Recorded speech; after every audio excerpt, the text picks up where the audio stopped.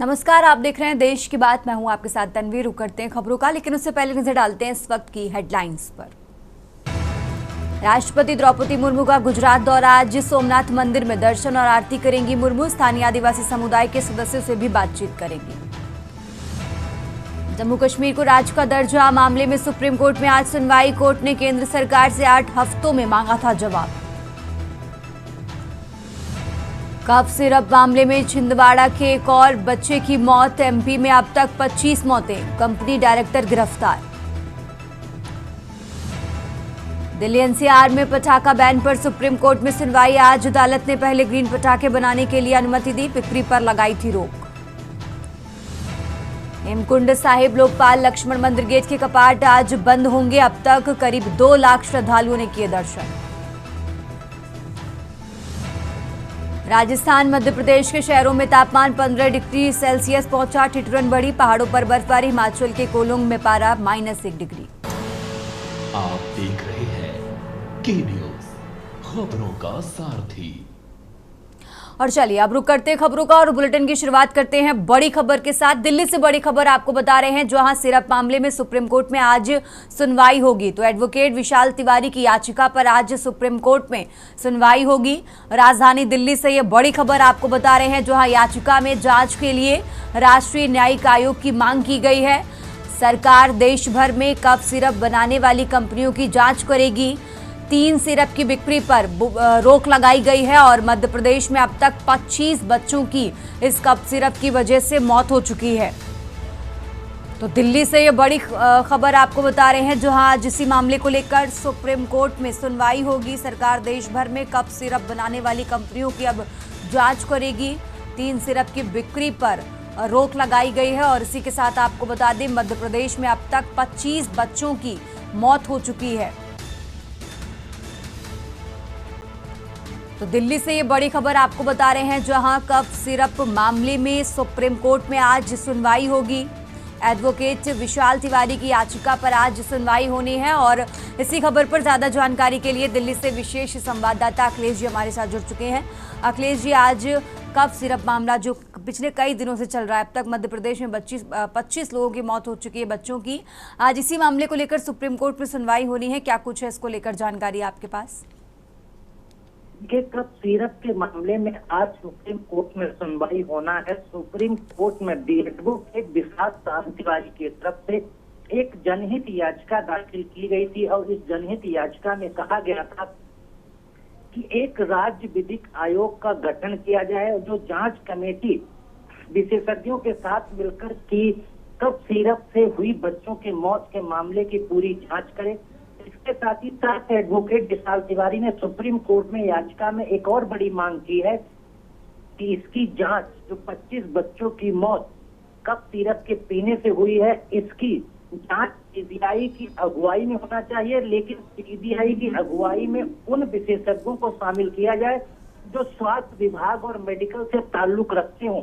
एक वो कमेटी बनाई जाए, दोनों में से किसी एक कमेटी, एक न्यायिक अधिकारियों की अध्यक्षता में और एक सीबीआई की अध्यक्षता में, 2 कमेटियों की मांग विशाल तिवारी एडवोकेट के तरफ से सुप्रीम कोर्ट में याचिका दाखिल करके की गई थी। उसी पर आज सुप्रीम कोर्ट में सुनवाई होना है और ये सुप्रीम कोर्ट में सुनवाई होती तो आज ये देखना होगा कि मध्य प्रदेश में अब तक 25 बच्चों की मौत का मामला सिरप के माध्यम से जो सामने आया है, उसमें सुप्रीम कोर्ट क्या मध्य प्रदेश सरकार और मध्य प्रदेश के स्वास्थ्य महानिदेशालय को नोटिस जारी करके जवाब मांगता है, या फिर सुप्रीम कोर्ट के द्वारा सीधे जांच कमेटी गठित करने का आदेश दिया जाता है, या फिर एडवोकेट विशाल तिवारी की याचिका में जो मांगे की गई हैं उन पर आगे की कार्रवाई के लिए सरकार, स्वास्थ्य विभाग और जो बच्चे करते हैं उसको नोटिस जारी करके जवाब मांग के अगली तारीख तय की जा सकती है। तो देखना होगा कि जब आज सुप्रीम कोर्ट में सुनवाई होगी तो क्या मध्य प्रदेश सरकार और मध्य प्रदेश के स्वास्थ्य महानिदेशालय को झटका लगता है या कोई राहत लेके आती है, और वहीं जनहित याचिका दाखिल करने पर क्या एडवोकेट विशाल तिवारी को इसमें सफलता मिलती है। ठीक है अखिलेश जी, आप हमारे साथ बने रहिए, हम आगे भी आपसे जानकारी लेते रहेंगे। और ये दिल्ली से बड़ी खबर आपको बता रहे हैं, जहां कफ सिरप मामले को लेकर आज सुप्रीम कोर्ट में सुनवाई होगी।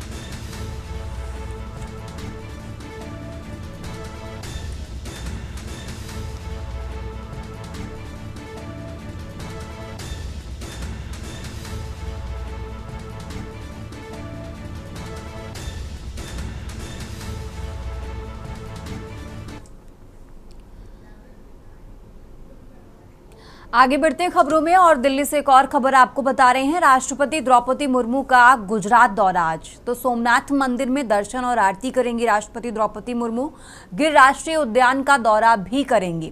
तो राष्ट्रपति द्रौपदी मुर्मू स्थानीय आदिवासी समुदाय के सदस्यों से बातचीत भी करेंगी। आदिवासी समाज के विकास के लिए चर्चा करेंगी राष्ट्रपति द्रौपदी मुर्मू। तो दिल्ली से खबर आपको बता रहे हैं, राजधानी दिल्ली से अहम जानकारी आपको बता रहे हैं। गिर राष्ट्रीय उद्यान का दौरा भी करेंगी राष्ट्रपति द्रौपदी मुर्मू। आज गुजरात के दौरे पर हैं और उनके दौरे से जुड़ी ये अहम जानकारी आपको बता रहे हैं, जहां आदिवासी समाज के विकास के लिए चर्चा भी करती नजर आएंगी राष्ट्रपति द्रौपदी मुर्मू।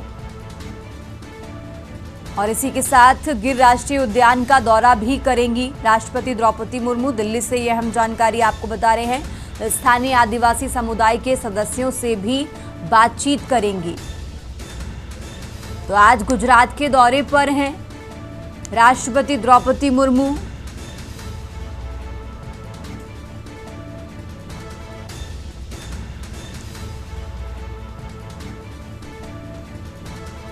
और इसी खबर पर ज्यादा जानकारी के लिए हमारे साथ दिल्ली से विशेष संवाददाता अखिलेश जी जुड़ चुके हैं। अखिलेश जी, इस तरीके से जानकारी मिल रही है कि आज गुजरात के दौरे पर हैं राष्ट्रपति द्रौपदी मुर्मू और सोमनाथ मंदिर में दर्शन और आरती करेंगी। क्या कुछ है पूरी जानकारी उनके दौरे से जुड़ी है आपके पास?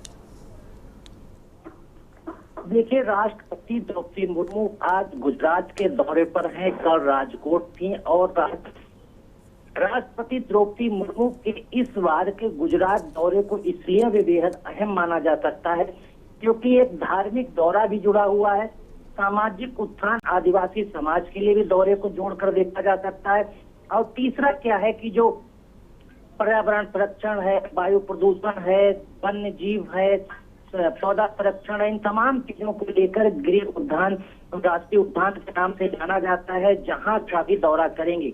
तो राष्ट्रपति द्रौपदी आज जब सोमनाथ मंदिर जाएंगी तो वहां दर्शन पूजन और आरती करेंगी। इसके बाद गिर उद्यान जाएंगी और सबसे जो अहम अगर दौरा और कार्यक्रम राष्ट्रपति द्रौपदी मुर्मू का माना जाए तो आदिवासी समाज के दौरे को बेहद माना जा सकता है, क्योंकि खुद राष्ट्रपति द्रौपदी आदिवासी समाज से ताल्लुक रखती हैं और आदिवासी समाज की जो समस्याएं हैं उनका अब तक क्या विकास हुआ, विकास की योजनाओं से कैसे वो वंचित रह जाते हैं, समाज को भी कितना और विकसित होना है, इन तमाम चीजों को लेकर उनके दिमाग और जहन में हर समय रहता है और उससे उनको भी दो चार होना पड़ा और तमाम तरह के संघर्षों के साथ ही उन्होंने इस तरह की कठिनाइयों को झेला है। तो कहा जा सकता है कि जब राष्ट्रपति द्रौपदी मुर्मू आज शाम के समय आदिवासी समाज के गुजरात के नेताओं के साथ उनकी बैठक होगी, गुजरात के जो आदिवासी समाज है उनके प्रतिनिधियों के साथ बैठक होगी, कुछ गुजरात के जो आदिवासी समाज के जागरूक लोग हैं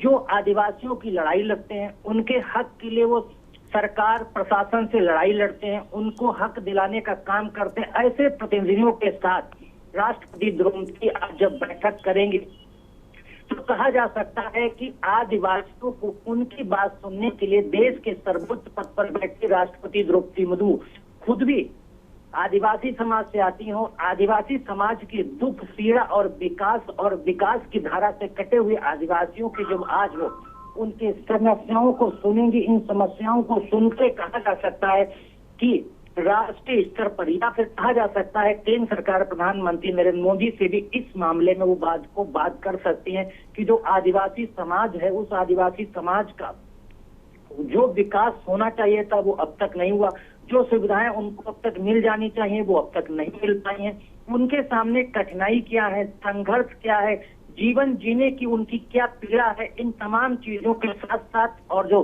प्रदेश सरकार है और केंद्र सरकार की जो योजनाओं का लाभ उनको मिलने से वो लोग वंचित हो जाएंगे, वो कैसे उसको और दिला सकेंगे। शायद कहा जा सकता है कि आज आदिवासी समाज के साथ जब राष्ट्रपति द्रौपदी बैठक करेंगे तो इस तरह के मुद्दे उठेंगे, इन पर चर्चा होगी और समाधान के लिए वो शायद भरोसा भी देती नजर आएंगे। ठीक है अखिलेश जी, आप हमारे साथ बने रहिए, हम आगे भी आपसे जानकारी लेते रहेंगे। और ये दिल्ली से बड़ी खबर आपको बता रहे हैं, आज गुजरात के दौरे पर हैं राष्ट्रपति द्रौपदी मुर्मू। सोमनाथ मंदिर में दर्शन और आरती करेंगी।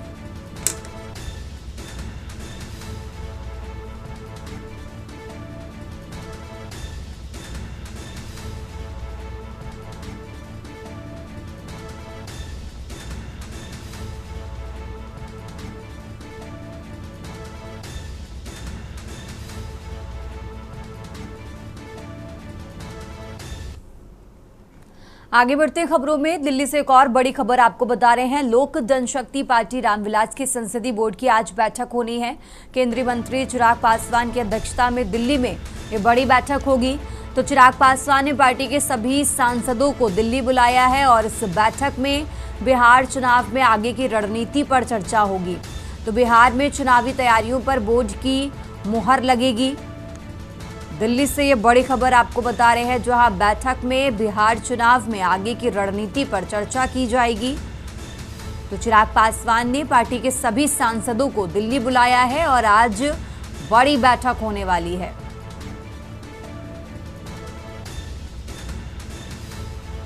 तो बैठक में बिहार चुनाव में आगे की रणनीति पर चर्चा होगी। दिल्ली से ये अहम जानकारी आपको बता रहे हैं।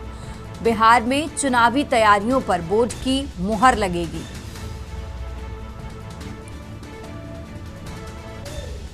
और ज्यादा जानकारी के लिए हमारे साथ विशेष संवाददाता अखिलेश जी बने हुए हैं।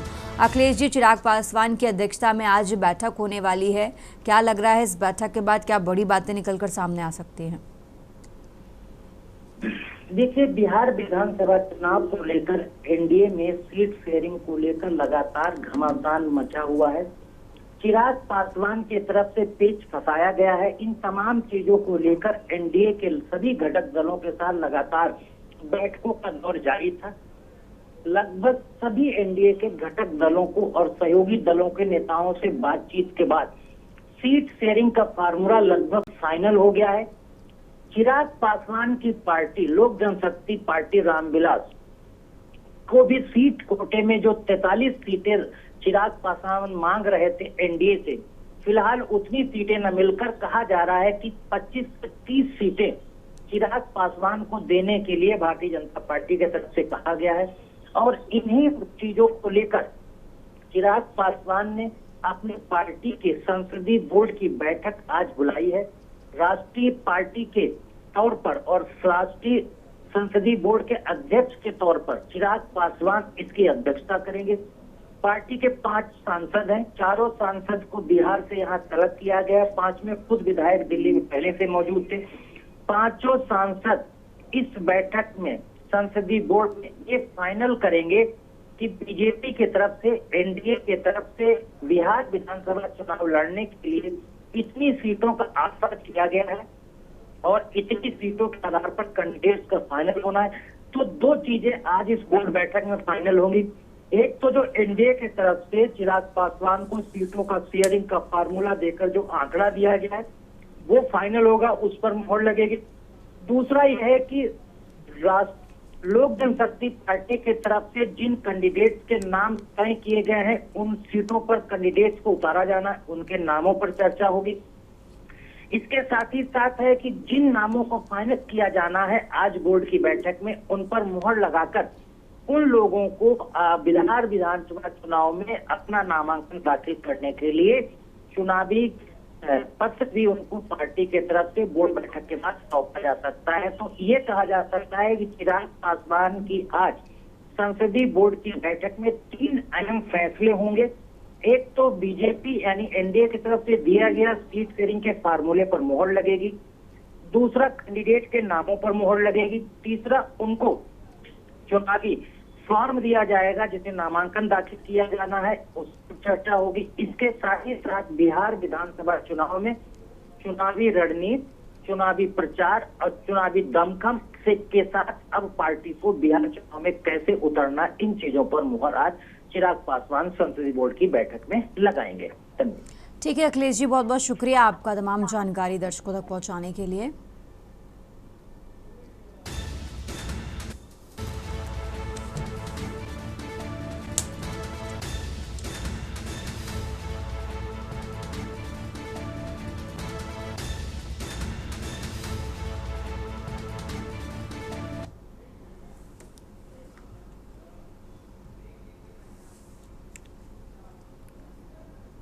खबरों का सिलसिला लगातार जारी है। फिलहाल यहाँ रुकते हैं एक छोटे से ब्रेक के लिए। आप देख रहे हैं के न्यूज, खबरों का सारथी। ब्रेक से वापस आ चुके हैं, रुक करते हैं खबरों का। अब खबर फिरोजाबाद से है, जहां निर्माणाधीन पुल गिरा है और कई लोग दबे हैं। आखिरी हिस्से पर लेंटर डालते समय ये हादसा हुआ है। तो 2 दर्जन लोगों के घायल होने की संभावना है। आधा दर्जन से ज्यादा लोगों को अस्पताल पहुंचाया गया है। टूंडला से लाइन पार जोड़ने वाले फ्लाईओवर पर यह हादसा हुआ है। फिरोजाबाद से ये बड़ी खबर आपको बता रहे हैं, जहां आधा दर्जन से ज्यादा लोगों को फिलहाल अस्पताल पहुंचाया गया।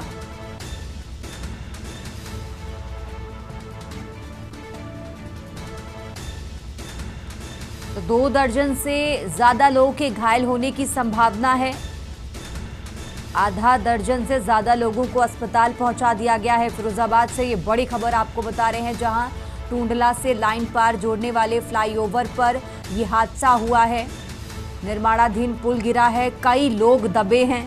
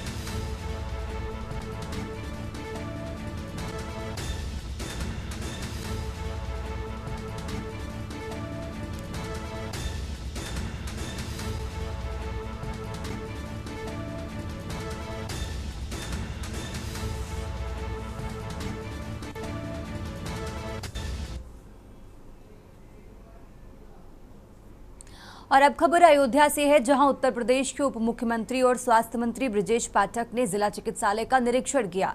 इस दौरान उन्होंने स्थानीय जनप्रतिनिधियों के साथ अस्पताल की व्यवस्थाओं का जायजा लिया है। निरीक्षण के दौरान मरीजों को मिलने वाली दवाओं की उपलब्धता की भी उन्होंने जानकारी ली और वार्ड में भर्ती मरीजों से मुलाकात कर उनका हालचाल जाना है। पत्रकारों से बातचीत करते हुए डिप्टी सीएम बृजेश पाठक ने कहा कि वो समय समय पर प्रदेश के अस्पतालों का निरीक्षण करते रहते हैं ताकि स्वास्थ्य सेवाओं की गुणवत्ता सुनिश्चित की जा सके। उन्होंने कहा कि अयोध्या का मेडिकल कॉलेज और जिला अस्पताल संतोषजनक रूप से काम कर रही हैं।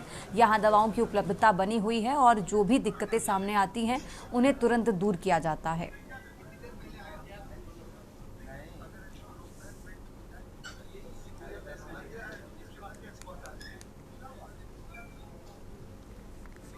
निरीक्षण किया गया है।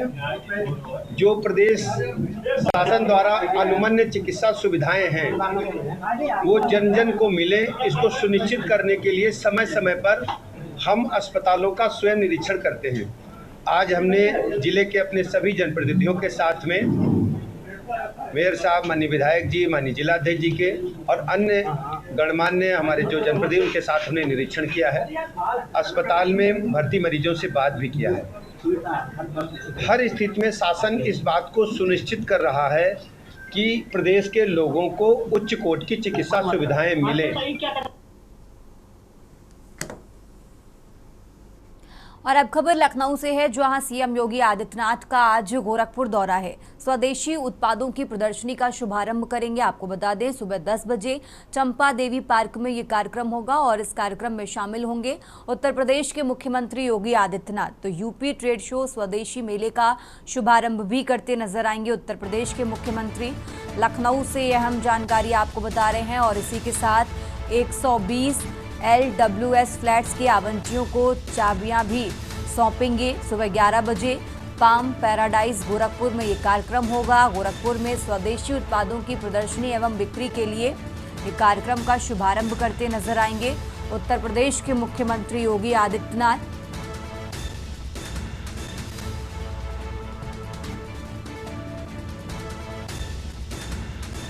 लखनऊ से ये अहम जानकारी आपको बता रहे हैं।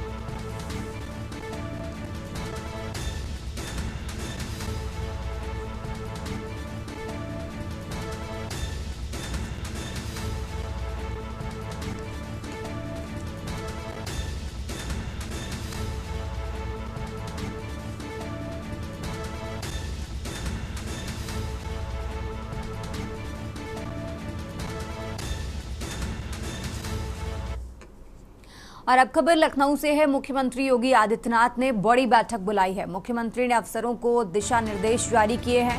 मुख्यमंत्री ने कहा कि स्वदेशी हो दीपावली, आत्मनिर्भर भारत और सशक्त उत्तर प्रदेश, स्वदेशी का भाव। सीएम योगी ने बैठक में ये बड़ी बातें कही हैं। उत्तर प्रदेश की दिशा में सामूहिक संकल्प है स्वदेशी का भाव। तो खुफिया तंत्र को रखें सक्रिय, पुलिस बल अलर्ट रहे। धरातल पर उतरे वरिष्ठ अधिकारी पदाधिकारी। सीएम ने बैठक के दौरान ये दिशा निर्देश दिए हैं। लखनऊ से ये अहम जानकारी आपको बता रहे हैं, जहां त्योहारों से पहले सफाई का विशेष अभियान चलाया जाए। सीएम योगी की तरफ से बैठक के दौरान ये दिशा निर्देश दिए गए हैं। राजधानी लखनऊ से ये खबर आपको बता रहे हैं, जहां उत्तर प्रदेश के मुख्यमंत्री योगी आदित्यनाथ ने बैठक के दौरान ये महत्वपूर्ण दिशा निर्देश दिए हैं। त्योहारों से पहले साफ सफाई रखी जाए, सफाई अभियान चलाया जाए और इसी के साथ धरातल पर उतरे वरिष्ठ अधिकारी और पदाधिकारी। तो अफसरों को दिशा निर्देश जारी किए हैं। मुख्यमंत्री ने कहा कि स्वदेशी हो दीपावली। और इसी खबर पर ज्यादा जानकारी के लिए हमारे साथ मनीष तिवारी जुड़ चुके हैं। मनीष जी, इस तरीके से जानकारी मिल रही है कि सीएम योगी ने बैठक के दौरान अफसरों को दिशा निर्देश दिए हैं। क्या क्या इस बैठक के बाद बड़ी बातें निकलकर सामने आई हैं? सबसे पहले अगर देखा जाए जिस प्रकार से मुख्यमंत्री ने यहाँ पर बैठक की है, बैठक में सुरक्षा के मद्देनजर सभी अधिकारियों को आदेश दिए हैं कि किसी प्रकार से दिवाली में कोई भी ऐसी घटना नहीं होनी चाहिए और अपने जो सोर्सेज हैं उनको बढ़ाया जाए, जिससे कि किसी प्रकार से जो उपद्रवी है तो किसी प्रकार की कोई ऐसी आप ये घटना को अंजाम न दे सके। इसको लेकर के जो है निर्देश जारी किए गए। दूसरे अगर हम पहलू की बात करें, जिस प्रकार से उनके द्वारा ये कहा गया है कि स्वदेशी जो सामान है उनका ज्यादा प्रयोग किया जाए, जो विदेशी सामान है उनकी सजावट से लेकर के किसी भी चीज में उनका ज्यादा इस्तेमाल न हो, इसको लेकर के भी एक निर्देश जारी किया गया है। और जिस प्रकार से अगर देखा जाए छापेमारी को लेकर के उनके द्वारा आदेश दिया गया था कि बेवजह जो है छापेमारी ना की जाए, लेकिन मिलावटी सामान जहां पर हो उसको जरूर ध्यान में रखा जाए। इसको लेकर के जो है उनके मुख्यमंत्री के द्वारा जो है आदेश सभी अधिकारियों को दिए गए हैं। तो कहा जा सकता है जिस प्रकार से जो है जो चीजें हैं सभी दीपावली से और बाकी चीजें जिस प्रकार से स्वदेशी आत्मनिर्भर भारत की बात उनके द्वारा की गई है, तो हर एक पहलू जब से जीएसटी में बदलाव किया गया है तो इस पर जो है मुख्यमंत्री लगातार जो है इन सब चीजों को लेकर के निर्णय ले रहे हैं कि किसी प्रकार से जो है आत्मनिर्भरता जो है सभी आए और स्वदेशी सामानों का इस्तेमाल करें लोग, जो स्वदेशी सामान यहाँ पर अपने उत्तर प्रदेश में बनाए जा रहे हैं उनको बनाने में जो है अधिकारियों के द्वारा जो है उन कारीगरों को सहयोग करे। तो हर एक पहलू पर जो है उनके द्वारा दिवाली का जो पर्व है, पर्व के तहत जो है ये आदेश दिए गए हैं। अब और इन आदेशों को तुरंत से तत्काल प्रभाव से पारित करने का आदेश मुख्यमंत्री के द्वारा दिया गया है। जी ठीक है मनीष जी, आप हमारे साथ बने रहिए, हम आगे भी आपसे जानकारी लेते रहेंगे। और ये लखनऊ से खबर आपको बता रहे हैं, सीएम योगी ने बैठक के दौरान अफसरों को दिशा निर्देश दिए हैं।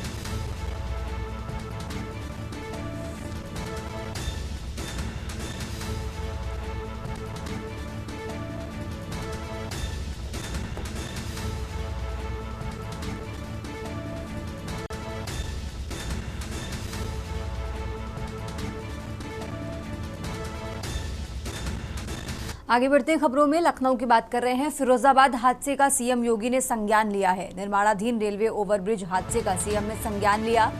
सीएम के निर्देश पर अधिकारी मौके पर पहुंचे हैं, रेस्क्यू किया जा रहा है। रेस्क्यू ऑपरेशन लगातार जारी है। सीएम ने घायलों को तत्काल अस्पताल पहुंचाकर उपचार के निर्देश दिए हैं। तो लखनऊ से खबर आपको बता रहे हैं, जहां सीएम योगी ने घायलों के शीघ्र स्वस्थ होने की कामना की है। तो फिरोजाबाद हादसे का सीएम योगी ने संज्ञान लिया है, ये बड़ी खबर आपको लखनऊ से बता रहे हैं।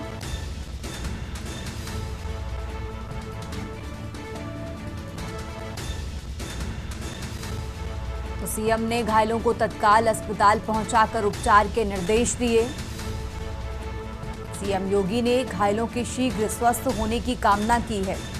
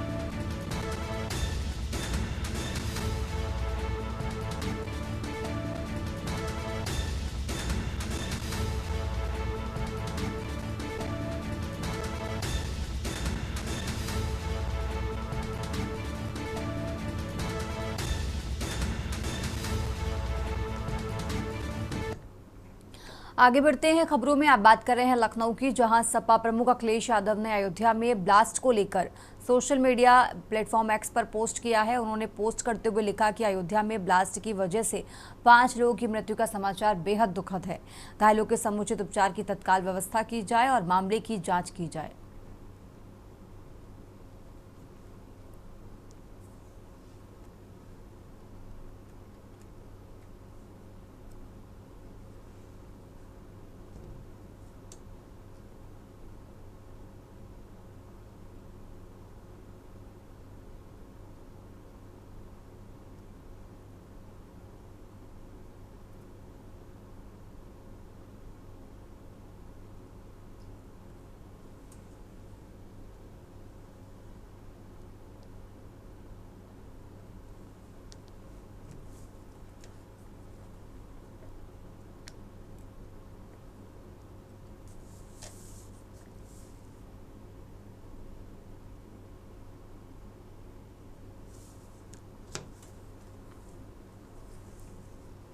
और अब खबर औरैया से है, जहां यूपी ट्रेड शो स्वदेशी मेला 2025 का शुभारंभ हुआ है। राज्य मंत्री प्रतिमा शुक्ला ने ट्रेड शो का उद्घाटन किया है। औरैया से खबर आपको बता रहे हैं, जहां मंत्री ने कहा कि स्वदेशी अपनाएं, देश को आत्मनिर्भर बनाएं। और प्रधानमंत्री की अन्य योजना से किसानों को मिला बल। मंत्री मिशन शक्ति से महिलाओं के स्वावलंबन के लिए चलाए जा रहे कार्यक्रम। औरैया से खबर आपको बता रहे हैं, जहां सशक्तिकरण व उत्थान के लिए चलाए जा रहे कई कार्यक्रम। हर व्यक्ति में प्रतिभा है, उसे पहचान कर आगे बढ़ाएं। विधायक की तरफ से ये बातें कही गई हैं। 11 से 18 अक्टूबर तक नुमाइश मैदान में मेला लगेगा। 50 से ज़्यादा स्टॉल व सांस्कृतिक कार्यक्रम आकर्षण का केंद्र बनेंगे और ज़्यादा से ज़्यादा श्री अन्न व स्वदेशी उत्पादों का उपयोग करें, डीएम की तरफ से ये अपील की गई है। और मिलट्स और मिशन शक्ति को बढ़ावा हमारी सरकार दे रही है। प्रधानमंत्री जी का बहुत बहुत आभार व्यक्त करते हैं। साथ ही औरैया में ये कार्यक्रम बहुत अच्छे से हुआ। हर किसान भाई मिलट्स का प्रयोग करें, हर नारी सशक्त बने। और हम अपने आभार व्यक्त करना चाहिए जिलाधिकारी को, जैसे निश्चित वजह से जो अच्छी शासन व्यवस्था और अच्छी व्यवस्थाएँ देकर हमारी जनता को प्रेरित कर रहे हैं कि आप आत्मनिर्भर भारत बनाने की कड़ी में अपनी सहभागिता करें। फिलहाल यहाँ रुकेंगे एक छोटे से ब्रेक के लिए। आप देख रहे हैं के न्यूज, खबरों का सारथी। ब्रेक से वापस आ चुके हैं, रुक करते हैं खबरों का। खबर कन्नौज से है, जहां शरारती तत्वों ने धार्मिक स्थल के बाहर पत्थर फेंके हैं। माहौल बिगाड़ने की नियत से धार्मिक स्थल के बाहर फेंके पत्थर।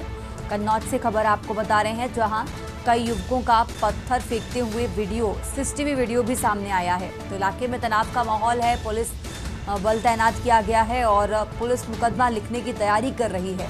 छिबरामऊ कोतवाली क्षेत्र का ये मामला आपको बता रहे हैं, जहां इलाके में तनाव का माहौल है, पुलिस बल तैनात किया गया है और पत्थर फेंके जाने का ये सीसीटीवी फुटेज भी सामने आया है। तो कन्नौज से खबर आपको बता रहे हैं।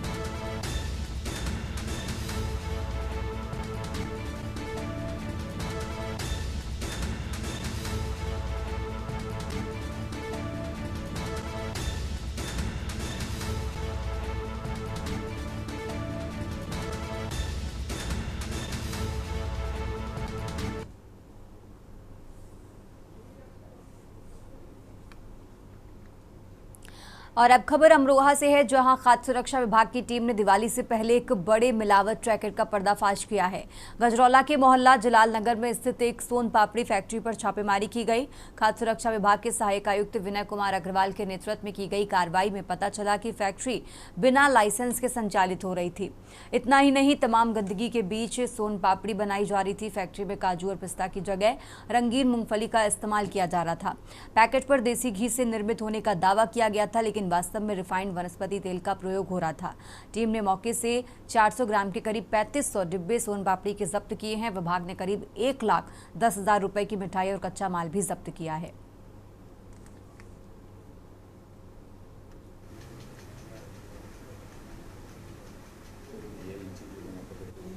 चलो अब वो निकाल देंगे हम। सुनो अब हम निकाल देंगे। श्री बीकानेरी सोन पापड़ी। अच्छा। और इसमें जो ये कजरोड़ा कस्बा में मोहल्ला जलाल नगर है, मोहल्ला जलाल नगर में एक सोन पापड़ी बनाने की एक फैक्ट्री है, निर्माणशाला है। और निर्माणशाला पे जो है सूचना पे इसमें छापा डाला गया है। क्या क्या खामी मिली यहाँ पर? यहाँ पर जो है इन्होंने एक मिस ब्रांडिंग की हुई है अपने डिब्बों में। इन्होंने इस पर श्री बीकानेरी सोन पापड़ी लिखा है और इसमें जो इसका एड्रेस जो दिया है डिब्बे में वो डिस्ट्रिक्ट बिजनौर नजीबाबाद लिखा है, जो कि गलत तरीके से दर्शाया गया है और ये भ्रामक सूचना इस पर अंकित की गई है। अच्छा, क्या साफ सफाई मिली यहाँ पर? यहाँ पे काफ़ी गंदगी में बनाया जा रहा था और स्वच्छता मानक इनके पूरे नहीं है, इसलिए इन्हें जो काम बंद करने के निर्देश दिए गए हैं। इसके साथ ही जो है इनके तो 3500 पैकेट हैं ये 400 ग्राम वाले और लगभग 1,05,000 रुपये से ये इनका सीज की इनकी बिक्री रोकी जा रही है, इसको सीज किया जाए। और अब खबर बेमेतरा से है, जहां शिवनाथ नदी पर बनेगा बैराज। 250 करोड़ रुपए की लागत से ग्रामीण अंचल में नहीं होगी पानी की दिक्कत। कृषि और पीने के लिए बेमेतरा विधानसभा के 6 गांव में 33 केवी विद्युत सब स्टेशन की घोषणा। विद्युत कटौती और लो वोल्टेज से लोगों को मिली निजात है। मुख्यमंत्री विष्णुदेव साय ने बेमेतरा जिले के बेसिक स्कूल मैदान में आयोजित भूमि पूजन लोकार्पण कार्यक्रम में शामिल हुए, जहां जिलेवासियों को उन्होंने करीब 140 करोड़ 96,09,000 रुपए से ज्यादा की विकास कार्यों की सौगात दी है। बेमेतरा में आयोजित विभिन्न कार्यक्रमों में कुल 47 कार्यों का लोकार्पण व भूमि पूजन किया गया, जिनमें 27 भूमि पूजन काम और 20 लोकार्पण कार्य शामिल हैं।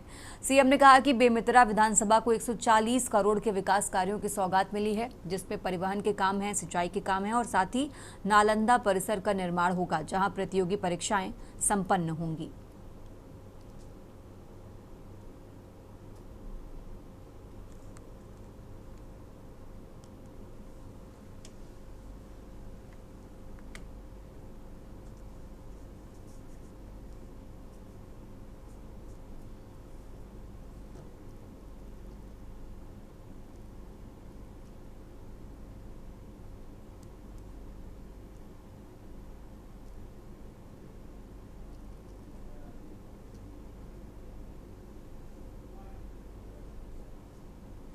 बेमेतरा विधानसभा क्षेत्र को 140 करोड़ रुपए के विकास कामों का सौगात मिला है।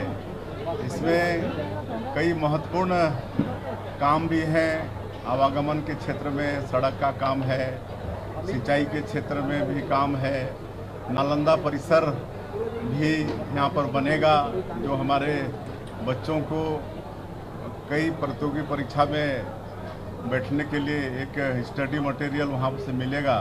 तो ऐसे कई महत्वपूर्ण कामों का इसमें समावेश है। तो मैं पूरे बेमेतरा क्षेत्र के निवासियों को विकास कामों के लिए बहुत बहुत शुभकामनाएं देता हूँ। और अब खबर जांजगीर से है, जहां कांग्रेस विधायक बालेश्वर साहू की मुश्किलें बढ़ती नजर आ रही हैं। विधायक और उनके सहयोगी गौतम राठौर के खिलाफ धोखाधड़ी, फर्जी हस्ताक्षर वाली शिकायत पर मामला दर्ज किया गया है। शिकायतकर्ता सरसवानी निवासी राजकुमार शर्मा ने शिकायत की है कि साल 2015 से 20 के दौरान जब साहू सहकारी समिति के प्रबंधक थे तो केसीसी लोन दिलाने के बहाने उनका खाता खुलवाकर और ब्लैक चेक, फर्जी हस्ताक्षर व अंगूठा निशान लगाकर करीब 42,78,000 निकाले गए। आरोप है कि कुछ राशि विधायक व उनकी पत्नी के खातों में ट्रांसफर कर दी गई है। शिकायत के बाद विधायक बालेश्वर साहू एवं सहयोगी गौतम राठौर के खिलाफ फर्जी धाराओं के तहत अपराध दर्ज किया गया।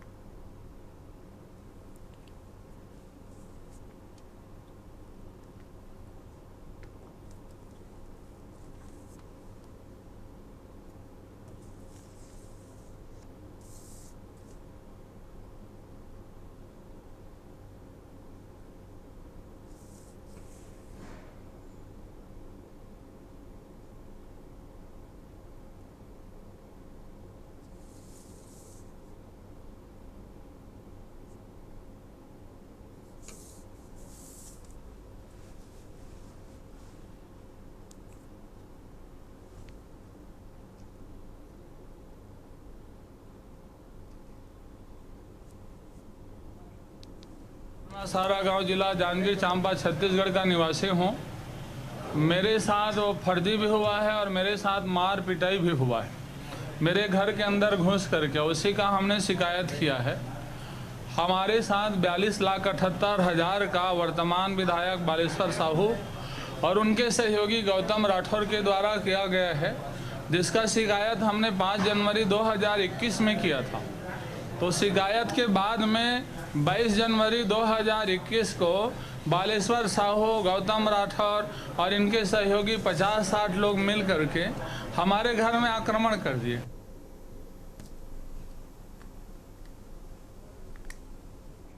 और अब खबर छत्तीसगढ़ के कवर्धा से है, जहां जिले में उस समय राजनीतिक माहौल गर्मा गया जब भाजपा युवा मोर्चा के प्रदेश अध्यक्ष राहुल टिकरिया के दौरे के दौरान कांग्रेस कार्यकर्ताओं ने काले झंडे दिखाकर विरोध किया। घटनास्थल पर तनाव उस समय बढ़ गया जब राहुल टिकरिया के काफिले में शामिल कुछ भाजपा कार्यकर्ता वाहन से उतरकर कांग्रेस कार्यकर्ताओं से भिड़ गए। प्रत्यक्षदर्शियों के अनुसार भाजपा कार्यकर्ताओं ने कांग्रेसियों के साथ मारपीट की और उन्हें दौड़ा कर पीटा। यही नहीं, मौके पर मौजूद मीडिया कर्मियों को भी निशाना बनाया गया और एक कैमरामैन के साथ भी धक्का मुक्की की गई। हैरानी की बात तो ये रही कि सुरक्षा में तैनात पुलिसकर्मी पूरे घटनाक्रम के दौरान मूक दर्शक बने रहे।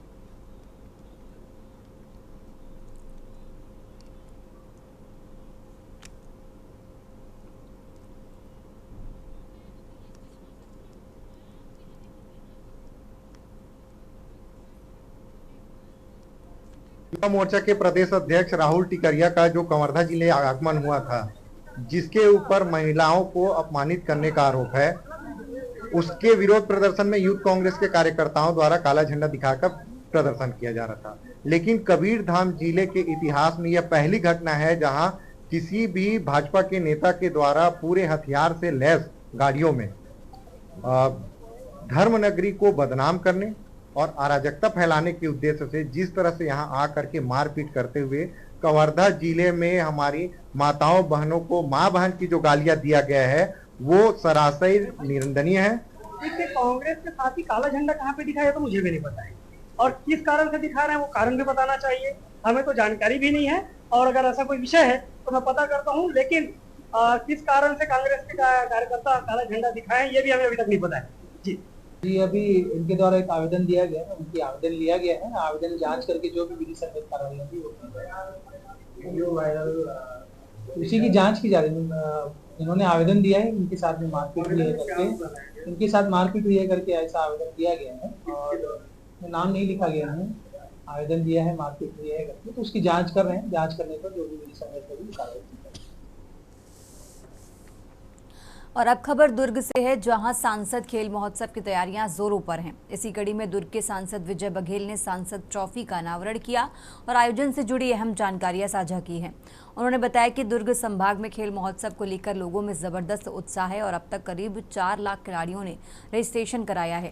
ये संख्या पूरे देश में किसी भी लोकसभा क्षेत्र में सबसे ज्यादा है। इस अवसर पर दुर्ग ग्रामीण विधायक ललित चंद्राकर, वैशाली नगर विधायक रिकेश सेन, अहिवारा विधायक डोमनवाल, बेमितरा जिला पंचायत अध्यक्ष कल्पना तिवारी समेत कई लोग मौजूद रहे।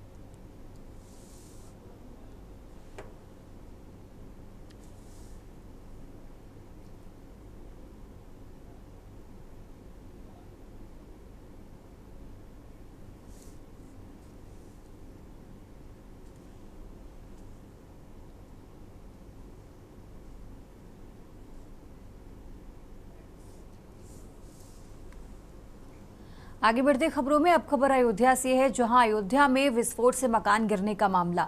घटनास्थल पर पहुंची बीडीएस और फायर ब्रिगेड की टीम।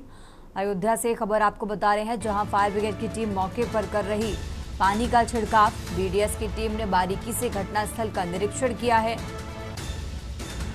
तो फायर ब्रिगेड की टीम ने मौके पर पहुंचकर पानी का छिड़काव किया। यह अहम जानकारी आपको बता रहे हैं, जहां बीडीएस की टीम ने बारीकी से घटनास्थल का निरीक्षण किया।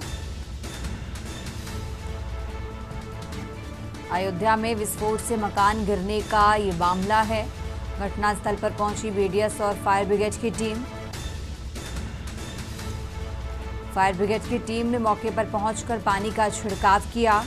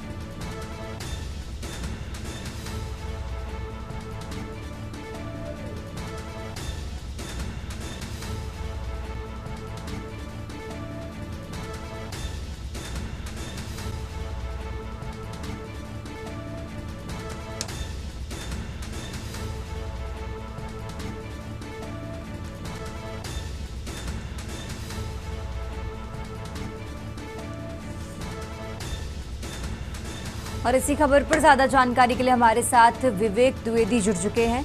विवेक, इस तरीके से इस खबर पर ज्यादा जानकारी के लिए हमारे साथ शिवेंद्र द्विवेदी जुड़ चुके हैं। शिवेंद्र, जिस तरीके से जानकारी मिल रही है कि बीडीएस की टीम ने घटनास्थल का निरीक्षण किया है, निरीक्षण के बाद क्या बातें निकलकर सामने आई इस मामले को लेकर? जैसा कि अयोध्या में एक दर्दनाक हादसा हुआ है जिसमें 5 लोगों की कल जान चली गई है, उसमें उसको लेकर के जो तमाम जो टीमें हैं प्रशासन की ओर से वो लगाई जा चुकी हैं, वो अपना कार्य अभी भी कर रही हैं। अभी भी लगातार जो मकान की जो छत है उसको तोड़ने का कार्य किया जा रहा है।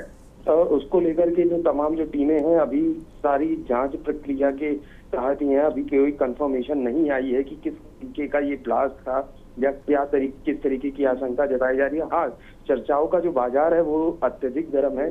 बहुत सारे लोगों का ऐसा भी कहना था कि यहाँ पर जो पटाखा फैक्ट्री थी या अवैध पटाखा फैक्ट्री के रूप में कुछ चल रहा था, ऐसा भी बहुत सारे लोगों का कहना है। नहीं तो कुछ ऐसे भी है कि इसको गैस सिलेंडर और कुकर ब्लास्ट बता रहे हैं, लेकिन जहां तक ये संभावना व्यक्त की जा रही है कि इस तरीके का जो भीषण ब्लास्ट हुआ है वो केवल गैस सिलेंडर ब्लास्ट नहीं कहा जा सकता है। इसमें कहीं न कहीं कोई न कोई वजह और भी हो सकती है, ऐसा लोगों का कहना है यहाँ पर।